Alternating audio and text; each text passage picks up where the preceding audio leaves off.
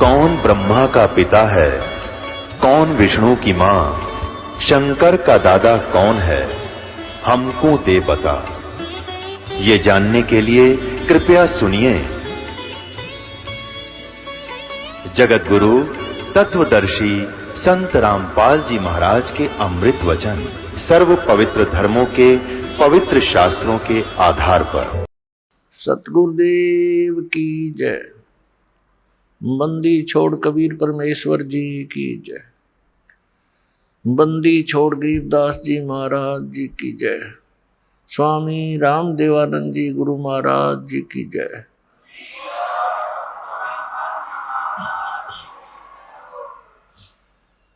गरीब नमो नमो सतपुरुष को नमस्कार गुरु की नहीं।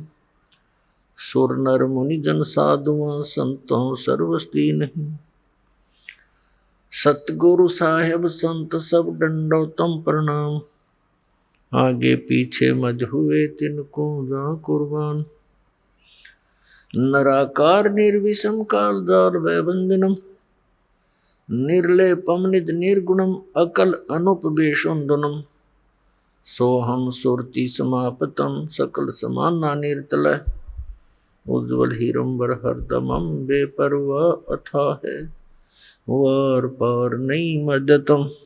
ग्रीब जो सुमरे सिद्ध होई। गणनायक गलताना करो अनुग्रह सोई। पारस पद परवाना आदि गणेश मनाऊं। गणनायक देवन देवा चरण कमल लोलाऊं। आदंत करूं सेवा परम शक्ति संगीतम। रिद्धि सिद्धि दाता सोई। अवगत गुण अतीतम सतपुरुष निर्मोही। जगदम्बा जगदीशम मंगल रूप मुरारी। तन मन अर्पों शीसम भक्ति मुक्ति भंडारी। सुर नर मुनि जन ध्यावे ब्रह्मा विष्णु महेशा। शेष शेष मुख गावे पूजे आद गणेशा। इंद्र कुबेर सरीखा वरुण धर्म राय ध्यावे। समर्थ जीवन जी का मन इच्छा फल पावे।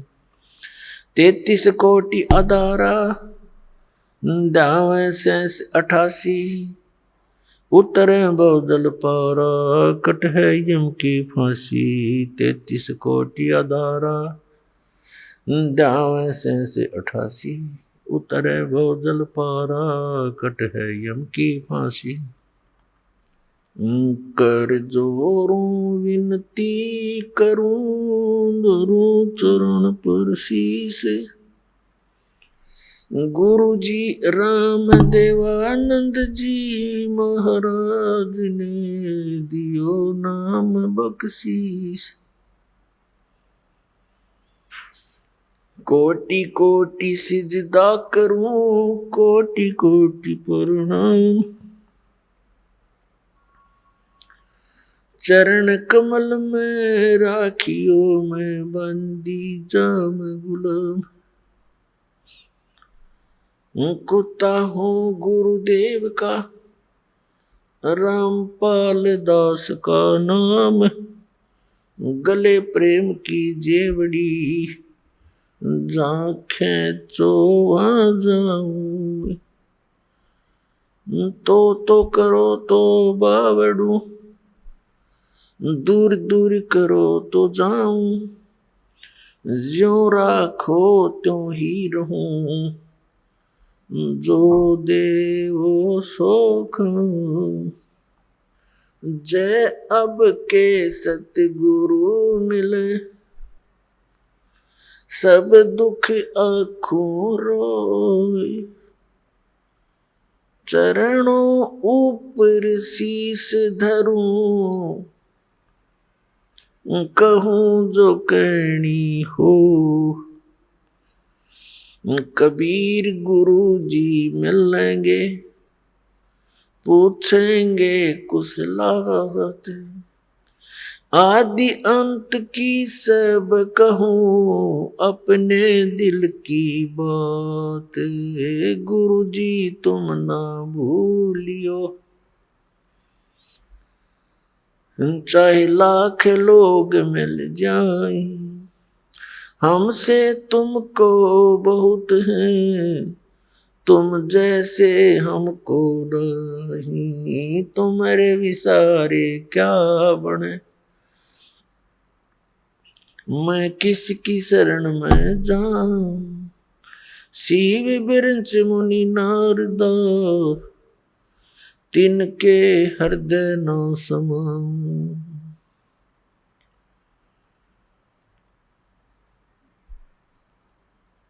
परम पिता परमात्मा पूर्ण ब्रह्म सर्व सृष्टि रचनहार कबीर परमेश्वर जी की असीम रजा से, असीम कृपा से पुण्यात्माओं आप ये सत्संग सुन रहे हो। इस संसार के अंदर यदि कोई वस्तु असंभव है, सुदुर्लभ है, केवल सत्संग है। पुण्यात्माएं परमात्मा की खोज में युगों से लगी हैं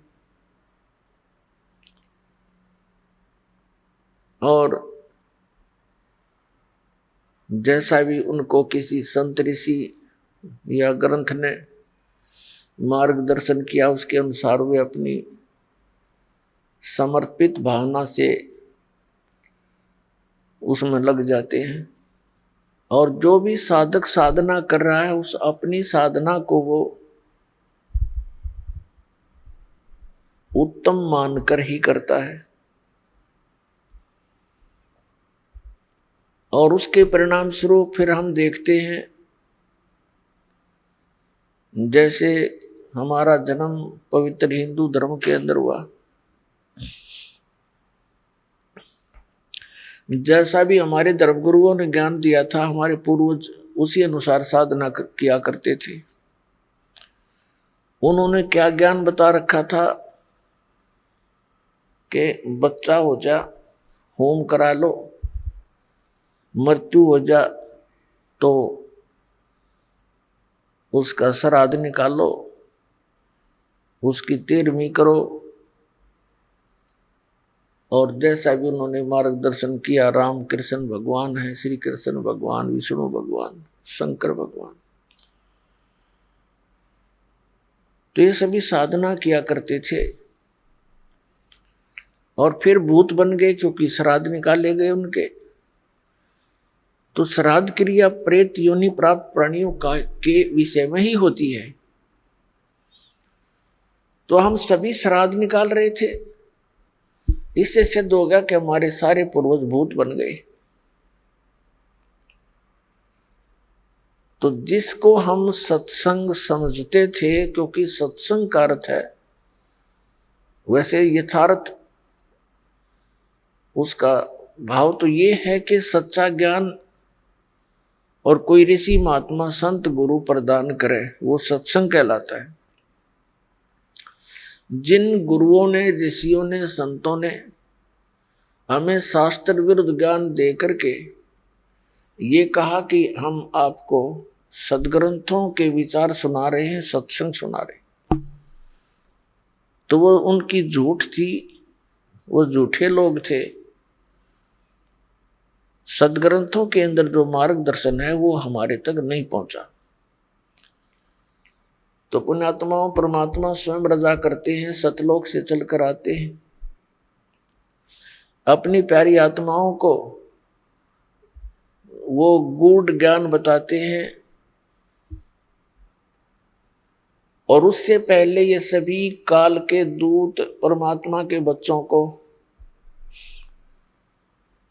भ्रमित कर देते हैं, शास्त्र के विपरीत ज्ञान सुना के उनको परिपूर्ण कर देते हैं और कहते यही रहते हैं कि हम इन्हीं सदग्रंथों से सब ज्ञान बता रहे हैं। जैसे पवित्र हिंदू धर्म के अंदर पवित्र 4 वेद, पवित्र श्रीमद् भगवद गीता, पवित्र 18 पुराण, ये मान्य ग्रंथ हैं। यदि इन सदग्रंथों का ज्ञान भी हमारे पूर्वजों को होता, यानी आप सबको होता, तो इससे आगे की पढ़ाई तो बहुत आसानी से पढ़ लेते आप।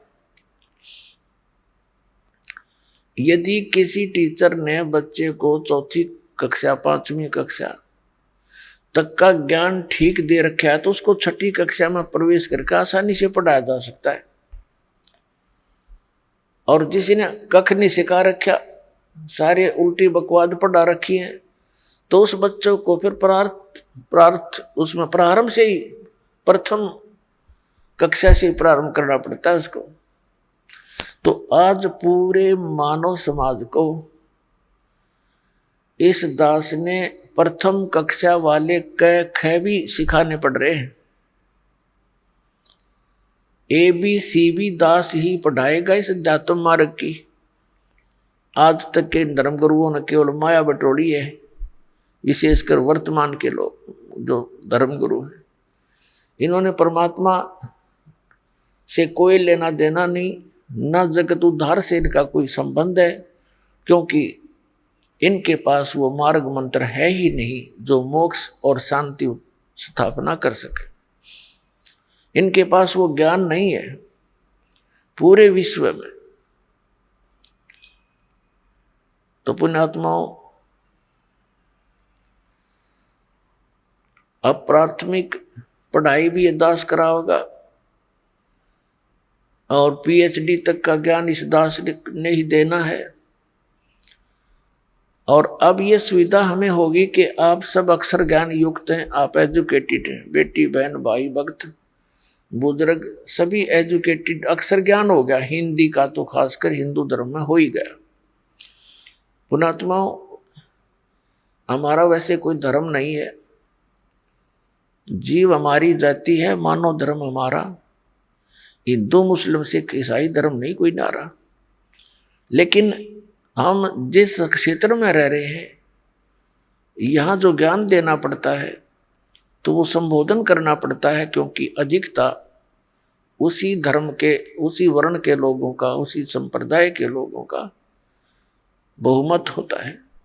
तो एक बार कुछ वर्ग समझ गए इस दास के विचारों को, फिर वो अपने सभी अन्य धर्मों में भाई बहनों को जा करके बड़े प्यार के साथ समझाएंगे। ऐसे ही जोत से जोत जगेगी। तो कहने का भाव है दास का कि परमात्मा जब यहाँ आते हैं, अपने यथार्थ ज्ञान को समझाने की चेष्टा करते हैं। सन 1398 में ज्येष्ठ सुदी पूर्णमासी, जेठ उतरते की पूर्णमासी और विक्रमी संवत 1455, सन 1398 को परमात्मा सतलोक से चलकर सहशरीर आए। काशी शहर बनारस के बाहर एक लहर तारा नामक तालाब में कमल के फूल के ऊपर आकर परमात्मा विराजमान हो गए, एक नवजात शिशु का रूप धारण करके। नीरू और नीमा नाम के दो पति पत्नी थे। जुलाहे का कार्य करने से वो जुलाहे कहलाते थे और मुसलमान धर्म के अंदर वो रह रहे थे। वैसे तो उसी जन्म में ब्राह्मण और ब्राह्मणी थे, मुसलमानों ने उनको बलपूर्वक मुसलमान बना दिया था। तो दुल्हे का कार्य करने लगे, जिस कारण से दुल्हा कहलाए। और परमात्मा पूर्व जन्म के अपने प्रॉमिस अनुसार अपने वचनबद्ध हुए थे नीरू नीमा के बच्चे के से, उसके कारण वो नीरू नीमा का बच्चा उस जन्म में नहीं था। जैसे द्वापर के अंदर एक सुदर्शन नाम का भगत था, उसने परमात्मा को ढंग से जाना था। उसमें कबीर परमेश्वर जी करुणा में नाम से आए हुए थे। तो सुदर्शन जी के माता पिता थे यही आत्मा जो नीरू और नीमा बनी अगले जन्मों में। तब सुदर्शन जी ने प्रार्थना की थी, परमात्मा मेरे माता पिता ने बड़ी भारी गलती कर दी, आपके ज्ञान को स्वीकार नहीं किया। अब वो ना जाने किन किन योनियों में कष्ट उठावेंगे। परमात्मा आप दया करियो, किसी जन्म में अपने बच्चों को शरण में लेना। परमात्मा उसी अपने वायदे अनुसार, प्रॉमिस अनुसार उनको मिले थे। नीरू नीमा अर्थात ये जुलाहा दंपति स्नान करने के लिए उस सरोवर में पहुंचे। सुबह ब्रह्म मुहूर्त में वहां बच्चे को पाकर वो घर ले गए। अब संक्षिप्त में सुनाऊंगा, ज्यादा विषय और है आज हमारा। और वहां जुलाहे के घर प्रवेश की लीला होने के कारण वो परमात्मा जुलाहा कहलाए, जुलाहे का कार्य करने लगे। तो पुण्यात्मा वो परमात्मा ही हमें आकर यथार्थ ज्ञान देता है। अब उस परमेश्वर ने इसलिए वहां उस समय जुलाहे के घर में आना अनिवार्य जाना, क्योंकि वो तो परमात्मा है, हम तो जीव बुद्धि हैं, अपनी बुद्धि अनुसार हम विवेचन कर रहे हैं। परमात्मा ने ये जाना कि शूद्र जाति उस समय बहुत ही अछूत मानी जाती थी और एक धारणा बनी हुई थी कि भक्ति मार्ग का काम तो ऋषि ब्राह्मणों का ही होता है और यही पार हो सकते हैं, यही भक्ति कर सकते हैं। दूसरी धारणा ये थी कि इन ब्राह्मण गुरुओं के शेष अधिकतर सेठ लोग होते थे, वो दान धर्म बहुत किया करते थे, वैश्य कुल के, और बाकी अन्य भी स्वर्ण जातियां भी उनकी शेष हुआ करती थी।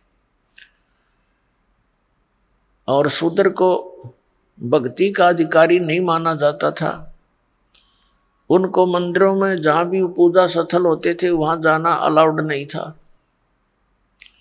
तो परमात्मा ने ये सारी बेड़ियां हटाने के लिए, ये जो जकड़ रखा था समाज जाति मजहब के अंदर, उन सभी बंधनों को काटने के लिए, समाप्त करने के लिए परमात्मा आए थे। अब उन्होंने आकर के हमें क्या ज्ञान दिया? राम नाम रटते रहो, राम नाम रटते रहो, जब तक घट में प्राण, कब हो तो दीन दयाल के भनक पड़ेगी कान।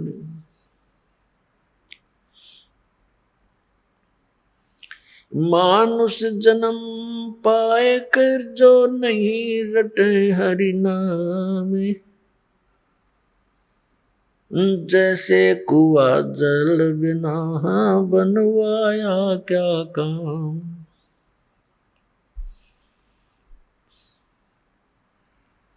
कबीर हरि की भक्ति करो, तज विषियां रस चोज, बार बार ना पाओगे ये मनुष्य जन्म की मौज। मानुष जन्म दुर्लभ है ये मिलन बारंबार, जैसे तरवर से पत्ता टूट गिरे वो बहोर न लगता डार। साथी हमारे चले गए हम भी चालन हारे, कोई कागज में बाकी रही तात लगी है वारो।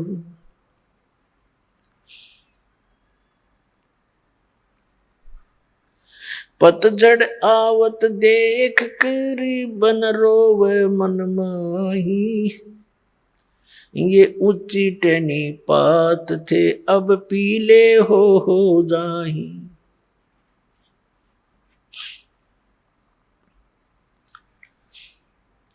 पात झड़नता यूं कहे, सुन भई तरवर राय।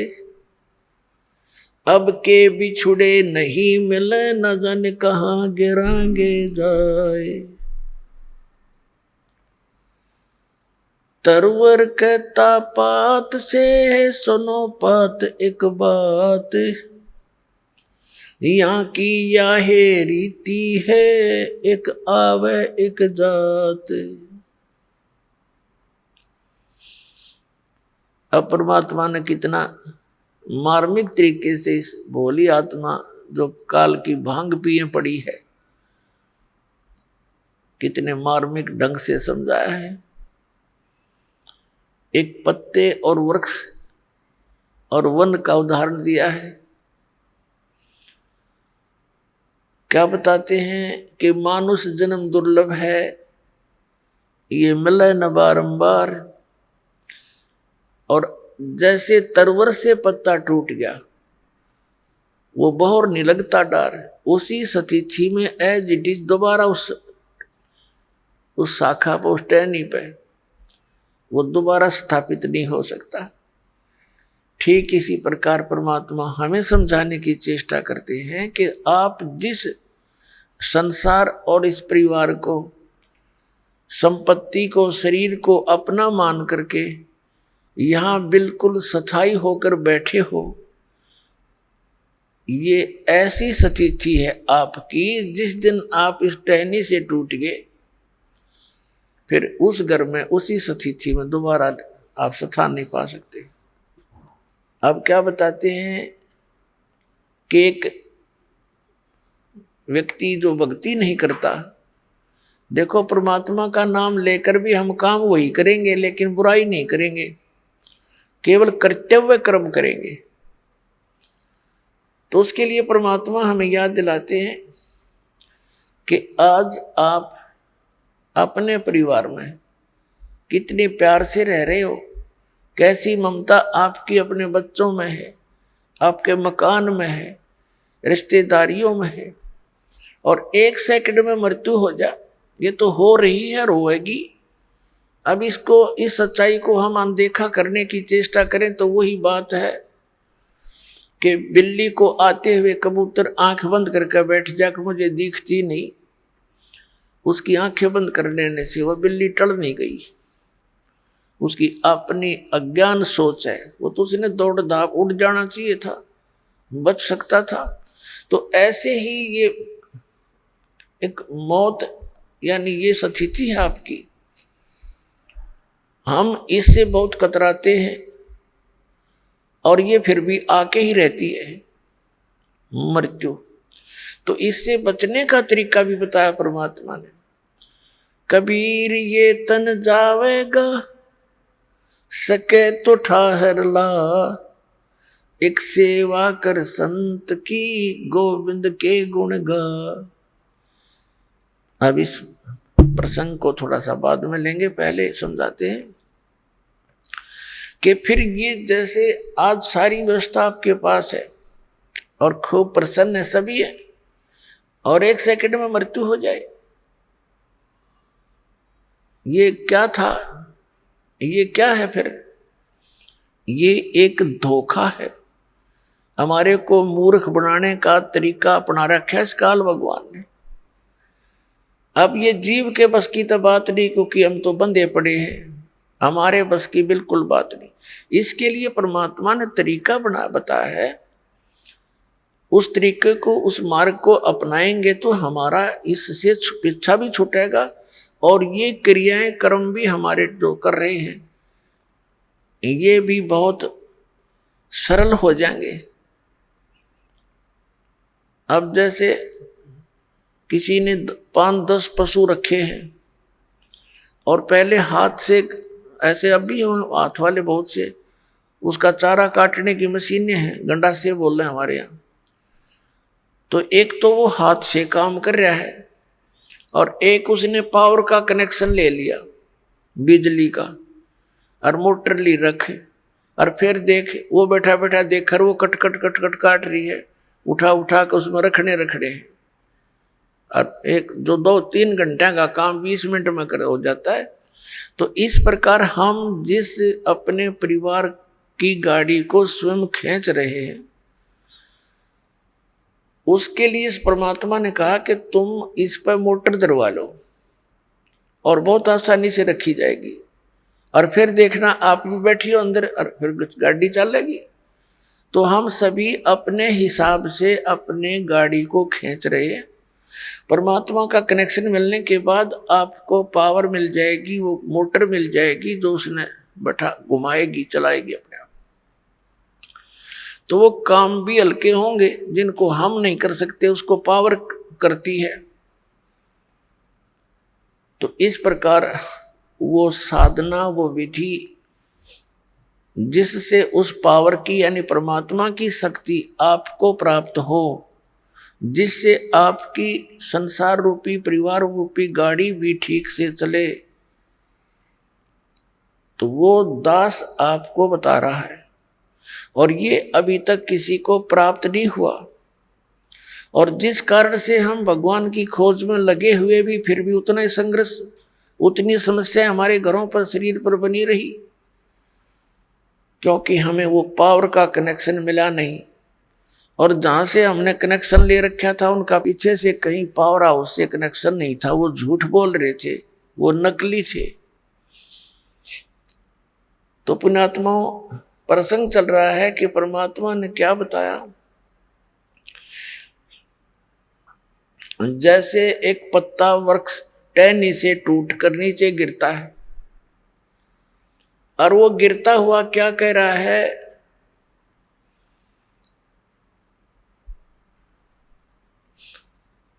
पात जड़नता यूं कहे, सुन बई तरवर राय, अब के बिछुड़े नहीं मिले, ना जाने कहां गिरेंगे जाए।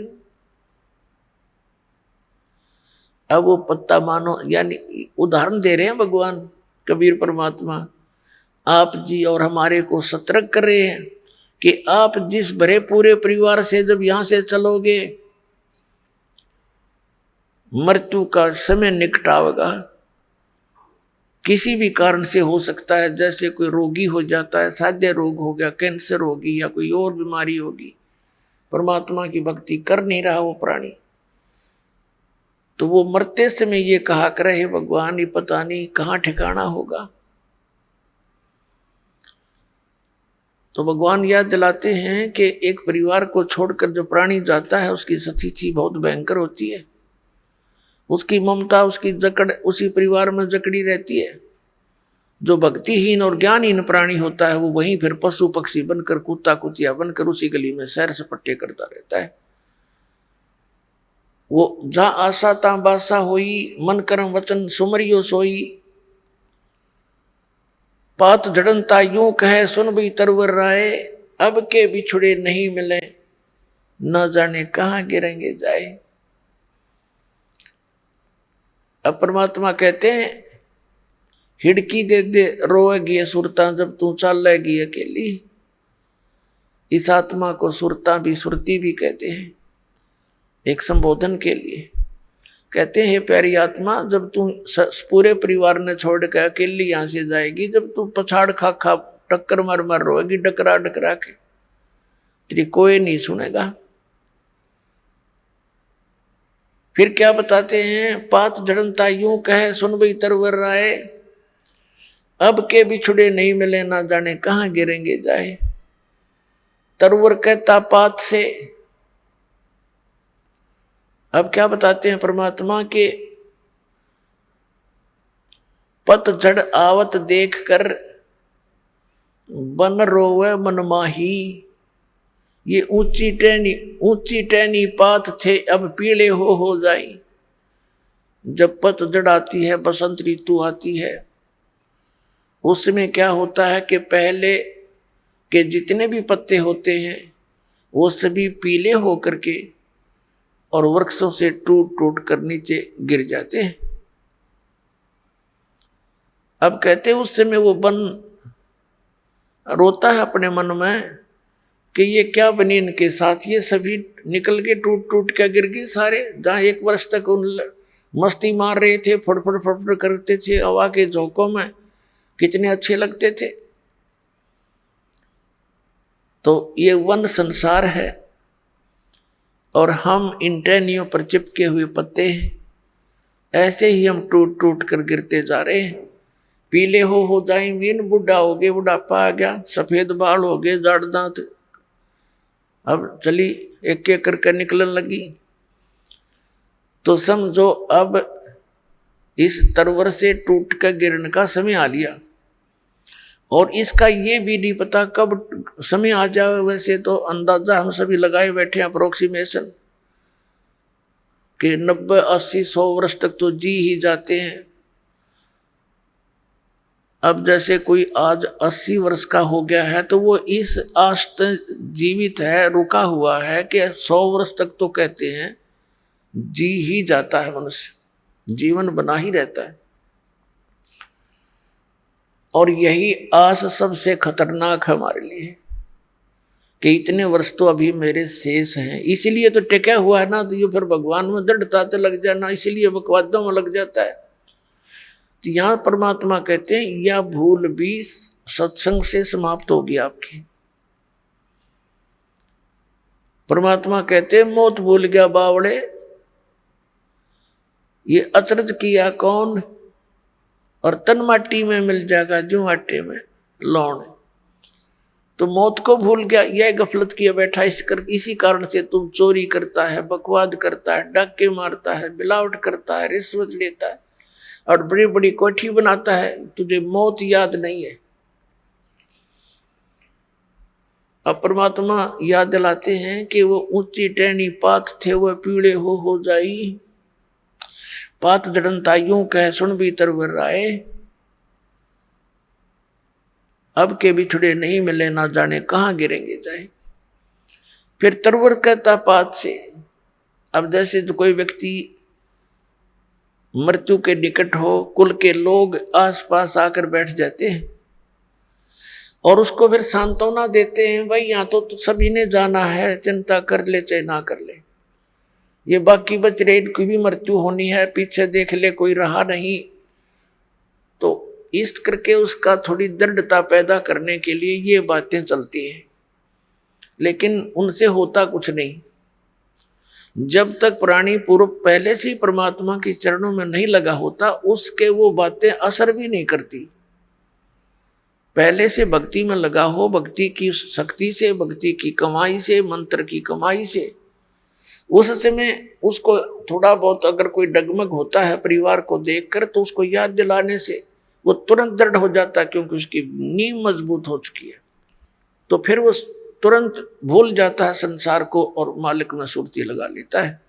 और भक्ति और ज्ञानहीन प्राणी तो फिर कितना कुछ कह लो, उसका असर नहीं होता, उसकी सुरती वहीं जकड़ी रहती है।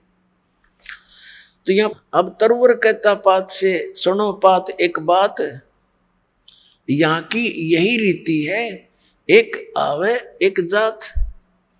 अब जैसे वो पतझड़ के समय टहनियों से पत्ते टूट टूट के गिर गए, पहले वाले तो गिर गए, खत्म हुए, कोई गंदे नाले में पड़ा, कोई पशुओं के पैरों नीचे कट के नष्ट हुआ, और तुरंत फिर कोपल फूट आती है, नए पत्ते 10 से 15 दिन के बाद हरा भरा हो जाता है वो पेड़ हैं। और फिर वो कुछ वो जो पत्ते नए नए आए हैं वो 1 वर्ष वो नाच कूद लेंगे, फड़फड़ फड़फड़ कर लेंगे, फिर वही ऐसे ही सतिथि में जाएंगे।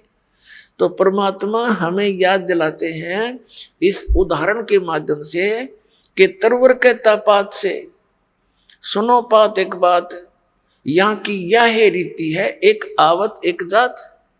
दादा की टिकट कट की, पोता तैयार हो गया, अब 50, 60, 70 साल पाछे पोते की टिकट कटेगी, रहना कोई नहीं। तो परमात्मा हमें याद दिलाते हैं रहना नहीं देश बिराना है, ये अपना लोक नहीं है, ये देश रहने का नहीं है, और तुम वहां जाने की चेष्टा कर नहीं रहे जहां तुम्हें सर्व सुख होंगे, वहां वृद्ध अवस्था नहीं है, वहां मृत्यु नहीं होगी। बताओ, इतना बढ़िया स्थान है, आप उसको ग्रहण करना नहीं चाह रहे क्योंकि आपको ज्ञान नहीं, आपको ये विश्वास ही नहीं है कि ऐसा कोई लोक है। क्योंकि नकली संतों ने और इन पंथों ने परमात्मा का भट्ठा बैठा दिया, भक्ति मार्ग का नामो निशान मिटा दिया। महिमा गाते हैं सतलोक और सचखंड की, और वहां की व्यवस्था बताते हैं वहां तो प्रकाश ही प्रकाश है, चेतन ही चेतन है। तो उस प्रकाश में हम के टिंडे लाएंगे जाके, वहां कुछ भी कोई नहीं है। अकल है, देखो ये ज्ञान है कोई।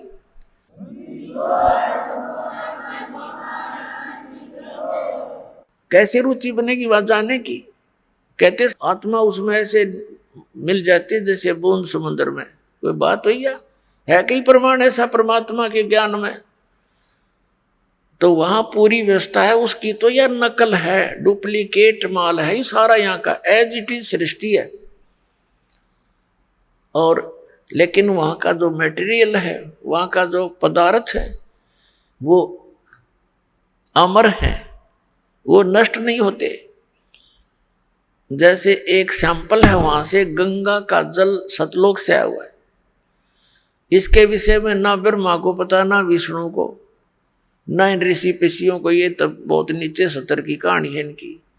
तो ये परमात्मा ने एक सैंपल भेज रखा है कि हमारा मटेरियल ऐसा पदार्थ है वहां पर। इस गंगा के जल को आप कहीं रख लो उठा कर, इस साइंटिस्टों ने सिर मार कर देख लिया, इसका कोई लक्षण ढूंढ नहीं सके किस कारण से है ये। तो परमात्मा की महिमा को ये साइंस क्या समझ सकती है? ये साइंस परमात्मा के मटेरियल से बने हुए साइंटिस्ट भगवान भूल गए, नास्तिक बनने लगे। तो इस कलयुग में हमें एक सबसे बड़ी खुशी और सहयोग इस शिक्षा का ये है कि हम भगवान पहचान सकते हैं, अन्यथा इसकी कतई जरूरत नहीं थी। इससे क्या बना लिया? परमाणु बम बना लिया, हवाई जहाज बना ली, कार बना ली, सारा दिन फुर फुर, शांति एक पल की भी नहीं। जहां माया का प्रवेश है वहां शांति नहीं हो सकती। ये अपना पल्ला गांठ लगा लेना, शांति होएगी।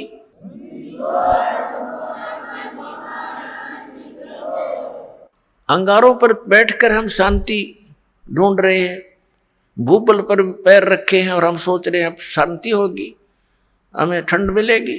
तो माया तो भूबल समझ लो, ये अंगारे हैं, और जिसके पास ज्यादा है उतने ही ज्यादा अंगारे उसके पास है। कभी सपने में भी उसको सुख नहीं हो सकता। और जहां भक्ति है, परमात्मा साथ है, फिर इस माया को भी परमात्मा अपने हिसाब से सेट कर देंगे।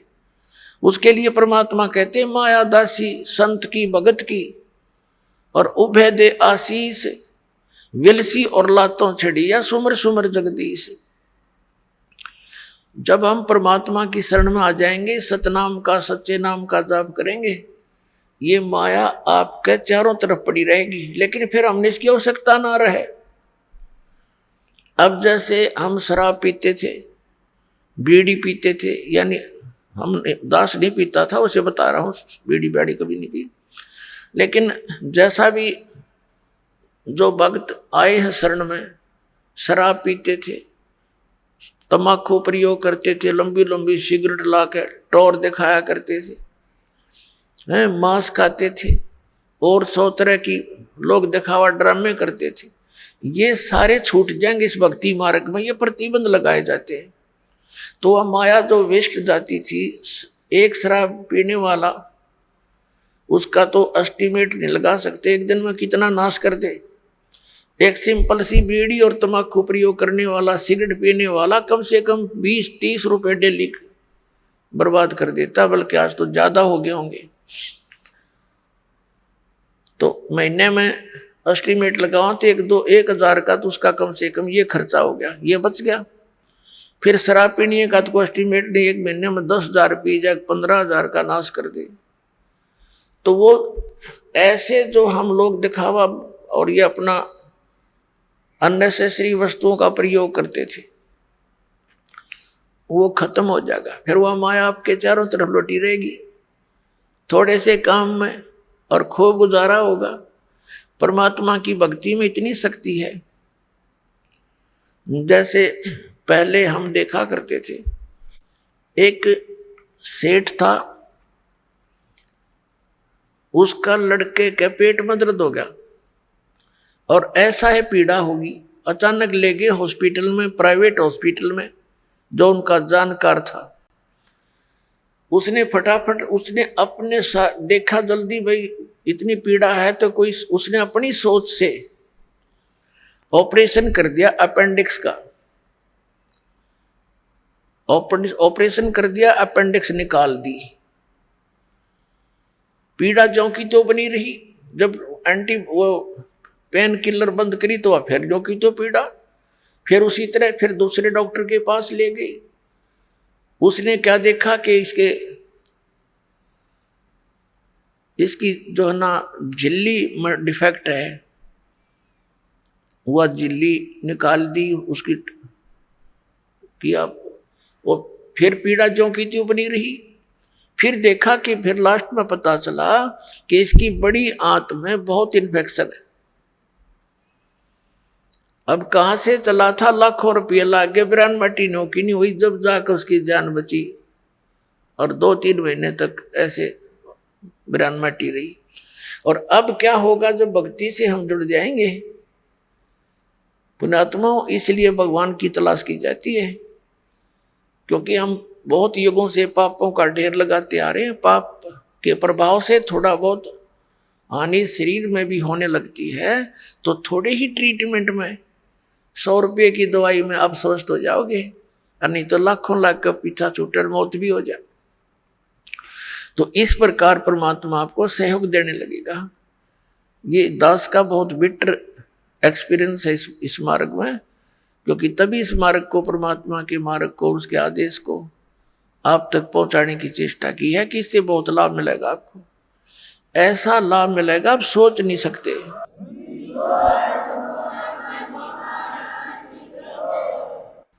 भगवान को हम इसलिए खोज रहे थे कि वो हमें सर्व सुख देता है, तो वो सर्व सुखदायी परमात्मा मिला ही नहीं था, अब मिला है सर्व सुखदायी। अब ये सुख ही सुख देगा, यहां दुख हो ही नहीं सकता। जैसे बर्फ है, एसी रूम है, वो ठीक चल रहा है तो उसमें गर्मी का काम क्या। तो ऐसे परमात्मा का ये कनेक्शन मिलने के बाद आपके परिवार में नो सोच ले, गर्मी के दिनों में एसी लग गया और वो सर्दियों में भी काम करेगा, यानी ऑटोमेटिक है परमात्मा का सिस्टम, आपके हर तरह से सुख देगा।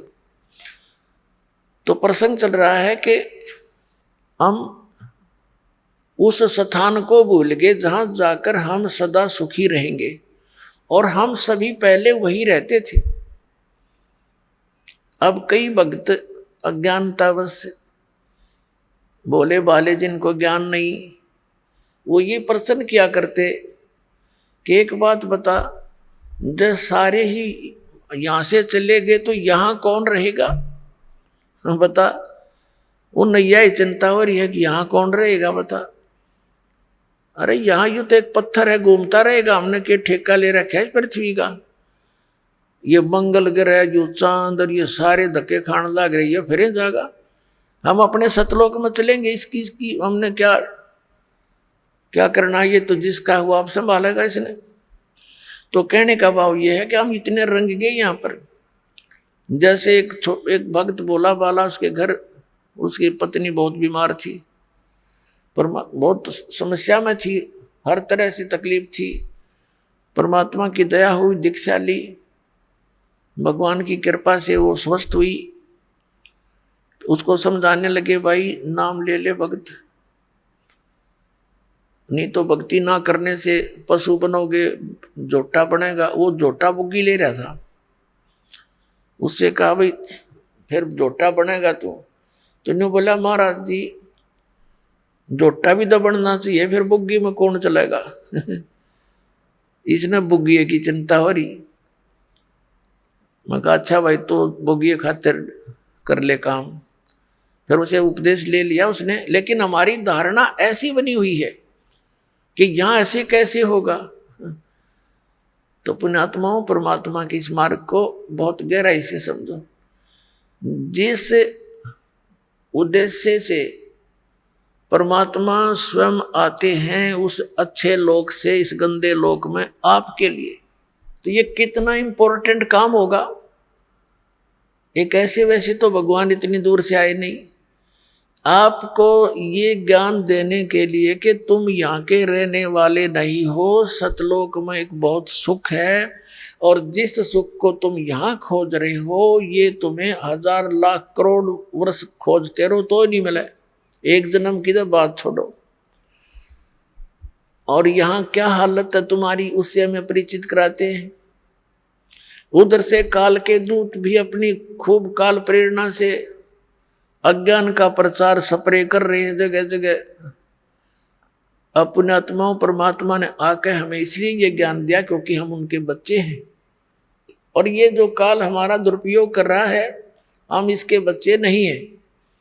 अपने बच्चों को कोई ऐसा दुखी कर सकता है? किसी की टांग कट गई, किसी की आंख फूट गई, और किसी का हाथ कट गया, किसी का बेटा मर गया, किसी की बेटी मर गई, कोई कैंसर से पीड़ित है, कोई पशु पक्षी बनकर गधे कुत्ते बनकर बिष्टा खा रहे हैं, टट्टी खा रहे हैं, तो ये कोई अपने बच्चों को ऐसे दुखी कर सकता है?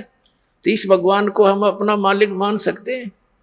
यहाँ का जो स्वामी है ये काल है, इसका उद्देश्य हमें पीड़ित करना और विचलित रखना है, भ्रमित रखना, ताकि इनको भगवान का ज्ञान ना हो जा और कहीं ये भाग ना जा। तो उससे पहले ये अपने संत भेज के हमारे वो भी बच्चे परमात्मा के वो संत हैं, या जैसे भी उस काल का फंस गए, वो उस अज्ञान के मास्टर बन गए, उस अज्ञान को जगह जगह प्रचार करने लगे। भोली आत्माओं ने उनको संत महात्मा मानकर उनके एक एक वचन को शिरोधार्य कर लिया।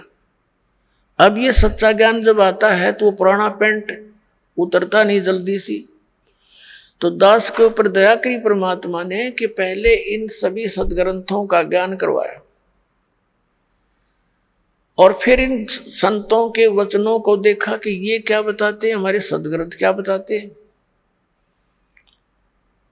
फिर पता चला कि ये तो भाई गलत कर रहे सारा काम, ये तो आसपास में नहीं सदग्रंथों के।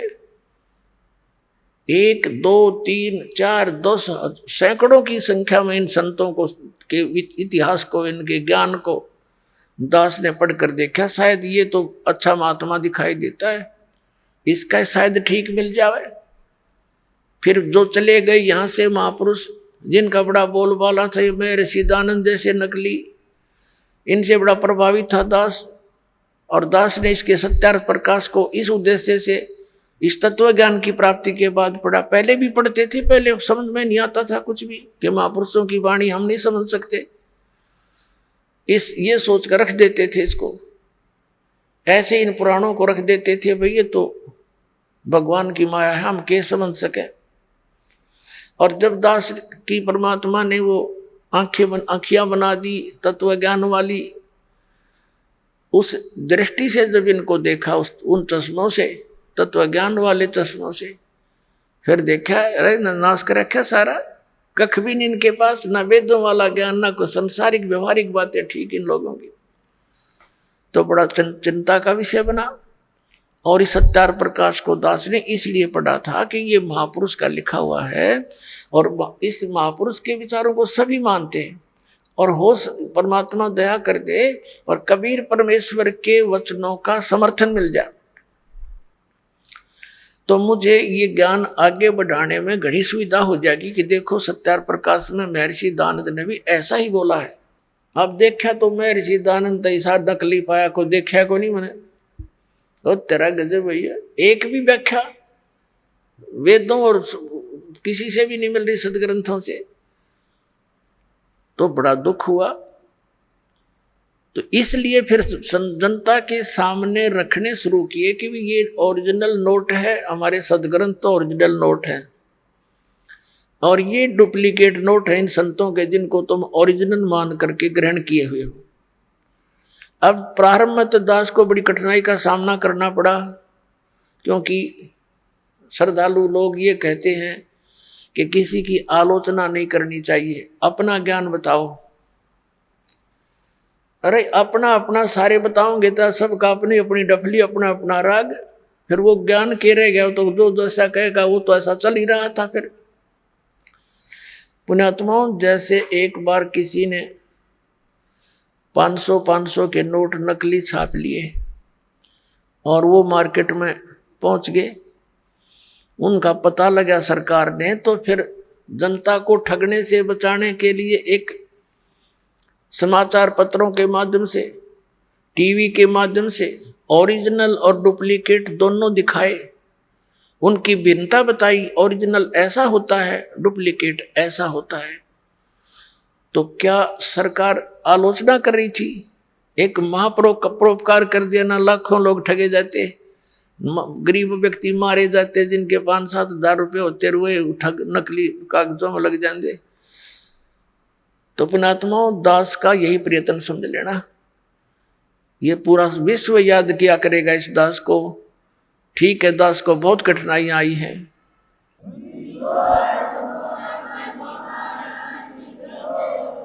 इस सच्चाई को ऊपर लाने के लिए, इस ज्ञान को उठाने के लिए सहयोग तरह कबीर भगवान का, लेकिन दास उसका बैल है और उसी के सहारे से इसको गाड़ी को खींचकर पटड़ी पर चढ़ाया है।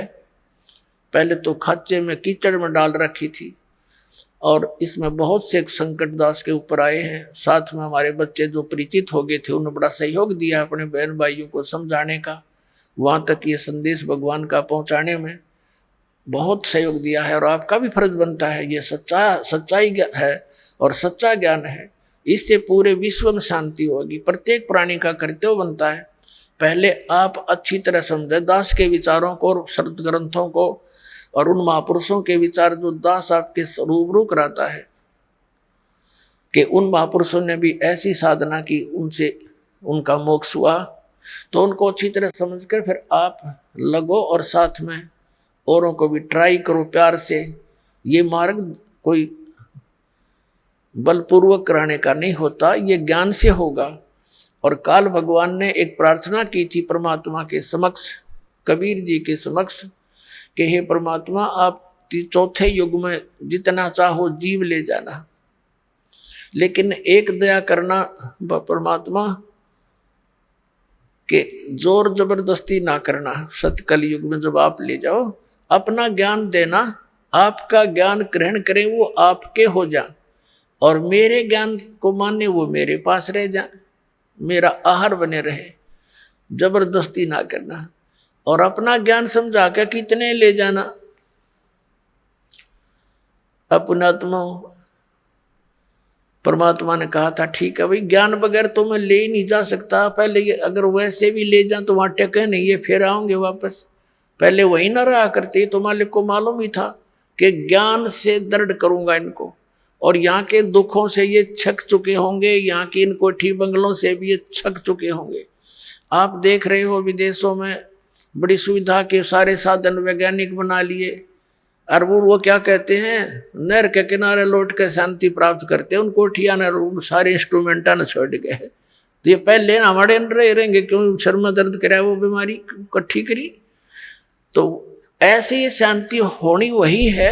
ये तो एक तूफान उफान है इस काल का डाला हुआ, ये बना ले, ये बना ले, रिमोट बना ले, इससे सुख हो जाएगा। टट्टू सुख होगा? सुख तक परमात्मा की भक्ति से होगा, आने वाले कष्टों से बचाव होगा, उससे सुख होगा। तो प्रसंग जो चल रहा है वही आते हैं।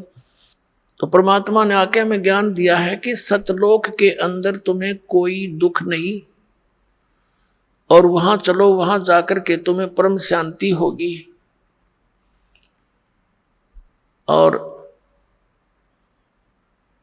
अब परमात्मा ने कहा था कि जैसे अपना ज्ञान दे करके आप यहां से ले जाना, जैसे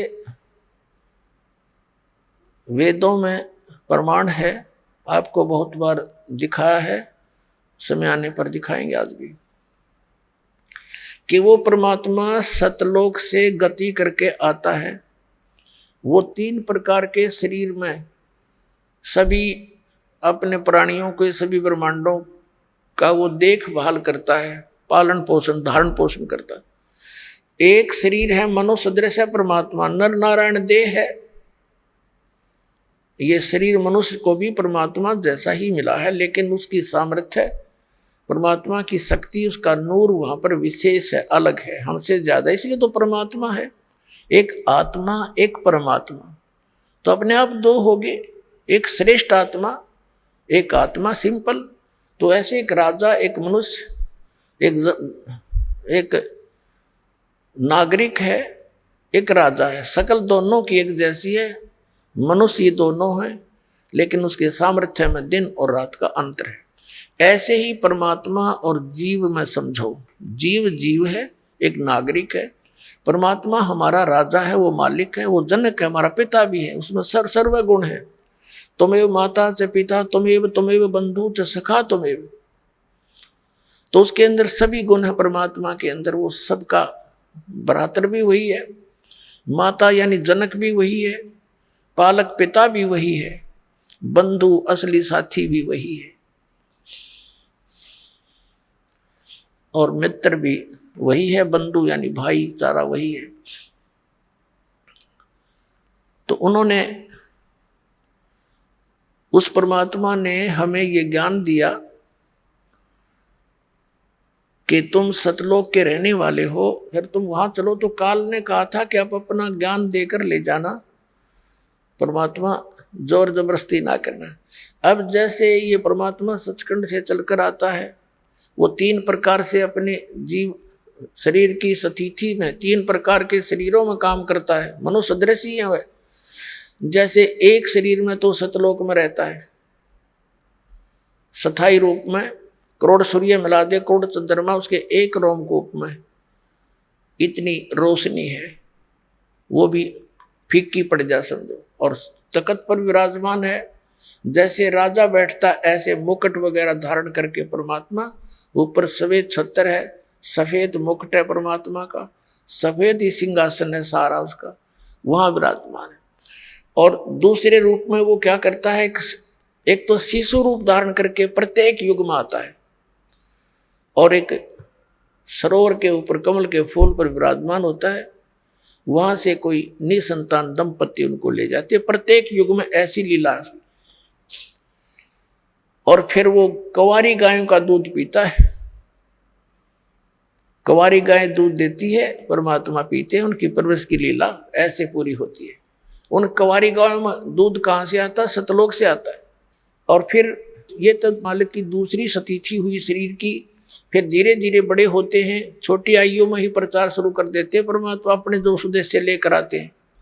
वेदों में लिखा है कि परमात्मा सतलोक से चलकर आता है, ऊपर तीसरे मुक्ति धाम में रहता है सतलोक में, वहां से गति करके आता है और यहाँ अच्छी आत्माओं को मिलता है। किस उद्देश्य से आता है, उपदेश करने के लिए, तत्व ज्ञान समझाने के लिए आता है।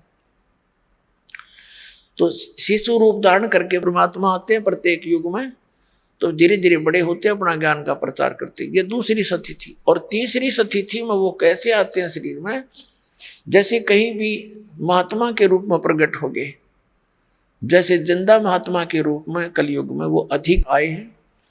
और उस जिंदा महात्मा के रूप में वो कभी भी आकर किसी भी भक्त को, अच्छी आत्मा को मिलते हैं। किन किन अच्छी आत्माओं को मिले, आदरणीय धर्मदास साहिब जी, आदरणीय मलुकदास साहिब जी, आदरणीय नानक साहिब जी, आदरणीय दादू साहिब जी, आदरणीय गरीबदास साहिब जी, गांव छुड़ानी, जिला दद्दर हरियाणा वाले, आदरणीय घीसा दास साहिब जी, गांव खेखड़ा और जिला मेरठ उत्तर प्रदेश वाले, इनको मिले जिंदा महात्मा के रूप में आकर के, और उनको सतलोक लेकर गए सचखंड, और वहां जाकर के उनको फिर वापस छोड़ा, क्योंकि वो दृढ़ भक्त थे। वो दृढ़ भक्तों को मिलते हैं, अच्छी आत्माओं को मिलते हैं, ताकि उसके मिशन में सहयोग दे सके। तो वो स्टेनलेस स्टील थे, जो उनको कह दिया दाता ने वो फाइनल, उनके लिए सारा संसार एक तरफ, वो महापुरुष एक तरफ थे। जैसे आपने जन्म साखी भाई बाला वाली में देखा, परमात्मा के उस यथार्थ मंत्र का स्वयं जाप कर रहे थे नानक साहिब जी, और जब उनकी देखा देखी उनके शिष्य मर्दाना ने भी वो जाप शुरू किया, तो उसको ऐसा झटका दिया कि वो मर गया होता, डूब गया होता समुद्र में। एक बस ऐसी घबरा गया मर्दाना। तब उसको कहा कि तू नकल ना कर, मेरी करनी ना देख, मैं जो बोलता हूँ गुरु की आज्ञा का पालन कर। तो वो दृढ़ भगत थे, किसी भी सिख समाज को सतनाम नहीं बताया उन्होंने। समाज अपने स्थान पर, भगवान अपने स्थान पर है। तो वो भगवान के बच्चे थे, वो दृढ़ व्यक्ति थे, दृढ़ भगत थे, श्रेष्ठ आत्माएं थी।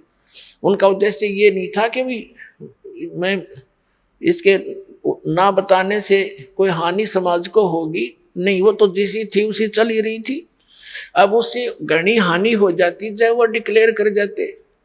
आज ये सारे नकली पंथ, ये सतलोक की महिमा गाने वाले काल के द्वारा चलाए गए सारे नकली पंथ अब गुरु ग्रंथ साहब से पढ़कर यही नाम देते रहते। ऐसा झटका दे दिया कि डर गए सारे, पूरा सिख समाज के खबरदार देश नाम का जाप किया। मर्दाना ने किया था, मर गया होता, और गुरु जी का आदेश है, उसकी आज्ञा की अवहेलना हो जाएगी। ऐसा भय पैदा कर गए। क्या वो हमारे हितैषी नहीं थे? वो परम हितैषी थे। वो जानी जान थे कि आग लग जाएगी, जाइए मंत्र दे दिया तो नाश हो जाएगा बात का। तो ऐसे उन दृढ़ भक्तों को परमात्मा आकर मिलते हैं। तो ये तीसरी स्थिति थी उनकी। अब उनको हिदायत दे दी थी कि समय आने पर इसको फिर देंगे अपने बच्चों को। अब जैसे कोई भी हिंदू धर्म में देख लो, सिख धर्म में देखो, विशेषकर इन दोनों धर्मों में दास देख रहा है। बाकी मुसलमान धर्म से और ईसाई धर्म के क्या क्रिया है इतना विशेष दास परिचित नहीं है। इतना अवश्य है कि वो मुसलमान धर्म के लोग भी बलि चढ़ाते हैं, कुछ हिंदू समाज के भी चढ़ाते हैं। ये गलतियां हैं दोनों की।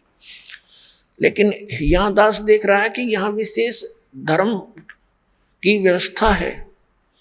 जैसे सिख समाज के अंदर वाणी का पाठ और वहाँ उनका लंगर चलता है।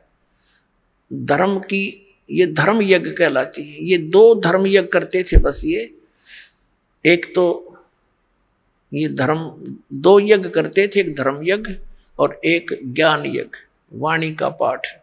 तो इनसे क्या होता है, मोक्ष नहीं हो सकता संग जन्म भी इन क्रियाओं से, लेकिन मनुष्य के शरीर की संख्या बढ़ जाती है। अब वो ऐसे ही हिंदू धर्म के अंदर जैसे गीता जी का पाठ करो, डेली एक अध्याय का पाठ करो, या वैसे कोई अपना धर्म पुण्य करते रहते हैं, कोई भंडारा कर दिया कितने गांव गोम नगर में, ये ऐसे चलते रहते थे। तो इन क्रियाओं से क्या होता है कि मनुष्य जीवन मिल जाता है। परमात्मा की वाणी है सूक्ष्म वेद में कि धर्म तो 10 का नहीं और 10 के तीनों लोग, खैरायत में खैर है कीजिए आत्मभोग। और दूसरा ये था, तो उससे क्या होता है, जैसे यज्ञ है ये ग्लूकोस है। एक रोगी है, जैसे दास ने बताया कि हमारे जन्म और मृत्यु का दीर्घ रोग लगा हुआ है। ये दीर्घ रोग उसी ट्रीटमेंट से कटेगा जो महापुरुषों ने खुद प्रयोग किया और परमात्मा ने आकर बताया। और अब इस दास को इस मार्ग का मास्टर बना दिया, डॉक्टर बना दिया, सर्जन बना दिया। अब दास के पास वो मार्ग है, वो सारी व्यवस्था है।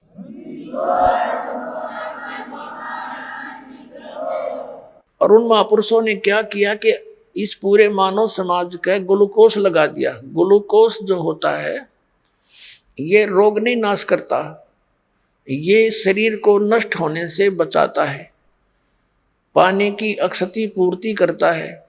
जैसे सर्जन यानी डॉक्टर कई बार गया हो, कोई इमरजेंसी केस आ जाते हैं, ये कंपाउंडर और दूसरे उनसे पूछते हैं जी ऐसे ऐसे एक मरीज है क्या करें, तो कहता है इसको ग्लूकोज लगा दो और ये इंजेक्शन लगा दो, तब तक मैं आता हूँ। तो वो घंटे 2 घंटे या अगले दिन भी आता है। तो वो ग्लूकोज लगाने से वो शरीर उसका नष्ट नहीं होता, और आके फिर वो चेक करके उसको जो ट्रीटमेंट देना है वो डॉक्टर देगा। रोग कटेगा उस डॉक्टर के उस ट्रीटमेंट से या ऑपरेशन से, जो भी वो चाहेगा, सर्जरी से। ग्लूकोज उसकी रक्षा करती रही, शरीर का नाश नहीं होने दिया। तो इस मानव समाज को वो महापुरुष ग्लूकोज लगा के इन यज्ञों का ओनली, बस ये ट्रीटमेंट नहीं दिया उस समय, क्योंकि कुछ ऐसी स्थिति थी। तो अब परमात्मा ने इस दास को भेज दिया, वो डॉक्टर बना के, वो सर्जन बना के, और आदेश दे दिया। उनको मना कर दिया था सतनाम नहीं देना, दास को आदेश दे दिया कि अब दे सतनाम। और दे दे सार नाम, समय आ गया पिछली पीढ़ी का। बोलो सतगुरुदेव।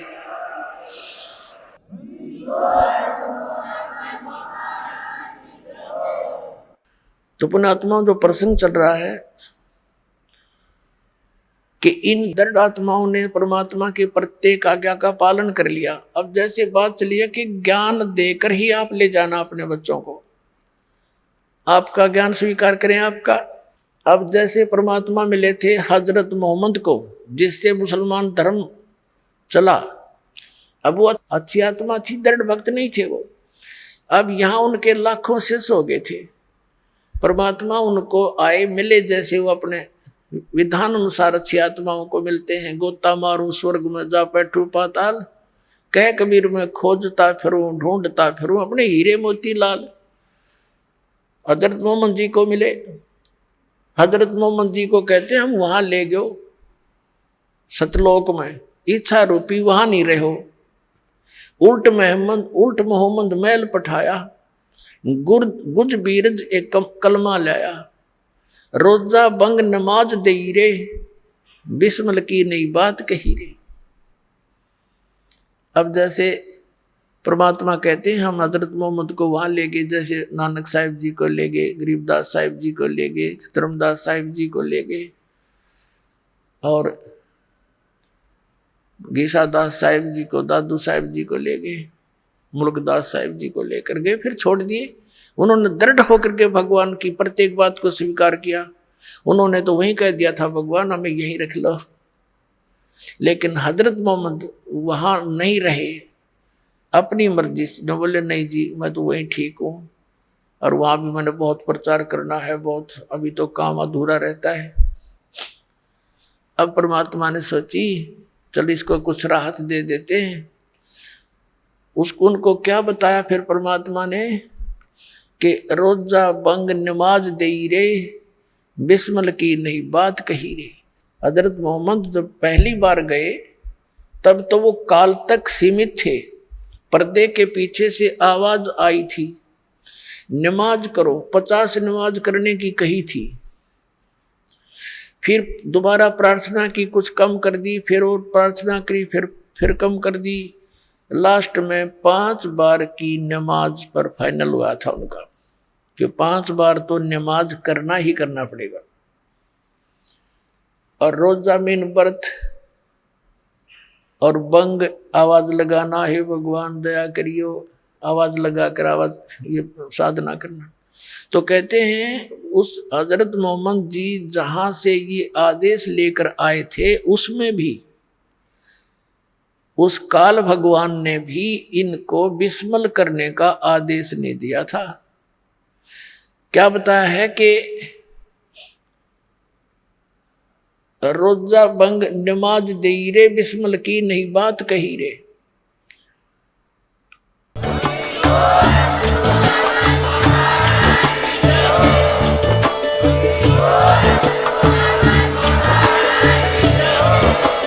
आप सुन रहे थे जगत गुरु तत्वदर्शी संत रामपाल जी महाराज जी के मंगल प्रवचन। अधिक जानकारी के लिए विजिट कीजिए हमारी वेबसाइट www.jagatgururampalji.org। संत रामपाल जी महाराज जी के शुभ आशीर्वाद से पूरे विश्व भर में 500 से भी ज्यादा नाम दीक्षा केंद्र हैं, जिन पर संत रामपाल जी महाराज जी द्वारा ऑनलाइन निशुल्क नाम दीक्षा दी जा रही है। अपने नजदीकी नाम दीक्षा केंद्र का पता करने के लिए संपर्क करें 8222880541।